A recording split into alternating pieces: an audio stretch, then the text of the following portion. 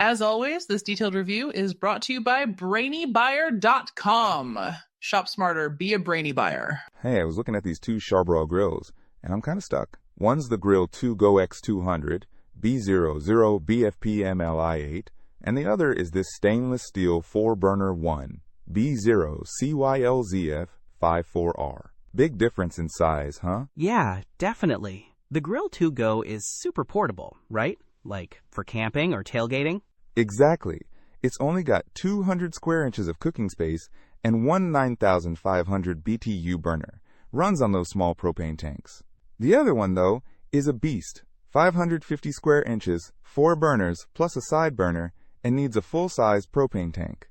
Okay, so Grill2Go is convenience, and the other is serious grilling. What about the cooking tech? Both use Charbroil's amplifier system, which is supposed to reduce flare-ups and cook more evenly. From what I've read, that tech is pretty solid. Good to know. What about build quality? The portable one gets tossed around a lot. The Grill2Go has a die-cast firebox and aluminum lid, so it's built to take a beating. The stainless steel one, it's stainless steel. So it should hold up well, especially with that ripstop cover it comes with. A cover's a nice bonus.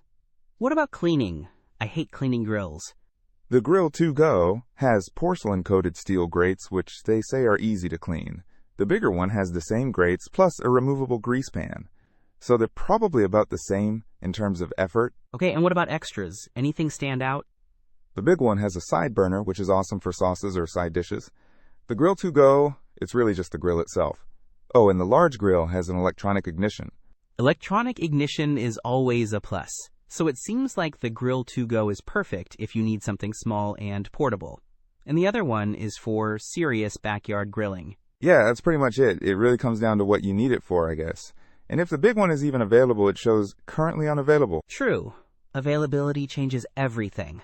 It's also worth checking customer reviews. See if people are generally happy with the performance of each one. Good point. I'll do that.